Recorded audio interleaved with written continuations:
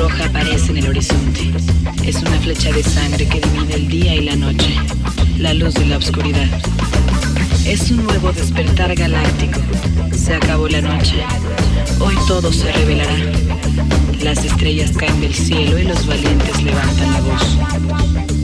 La luz llegará a los rincones y limpiará los hoyos negros, donde se esconden las bestias del corazón.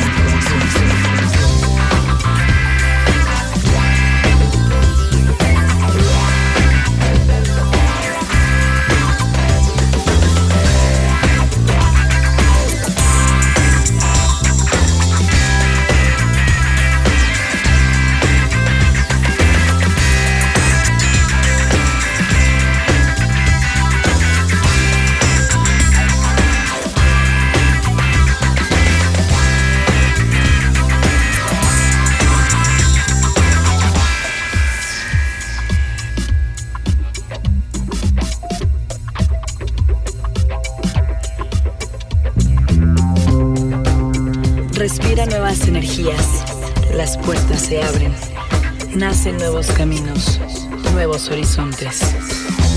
Se rompe el cielo, sale un nuevo sol, amanece otra vez, despierta el alma.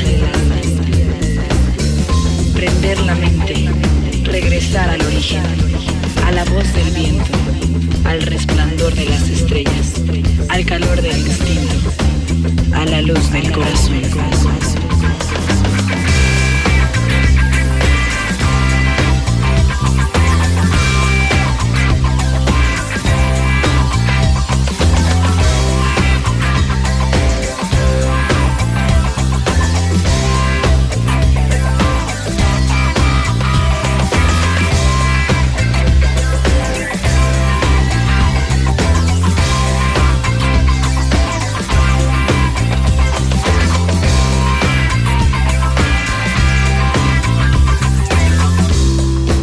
Se definen los bandos. ¿Eres lobo negro o lobo blanco? No hay medias tintas. ¿Eres del día o de la noche? Una nueva era despierta. Sangre y luz. Morir y nacer. Olvidar y resurgir.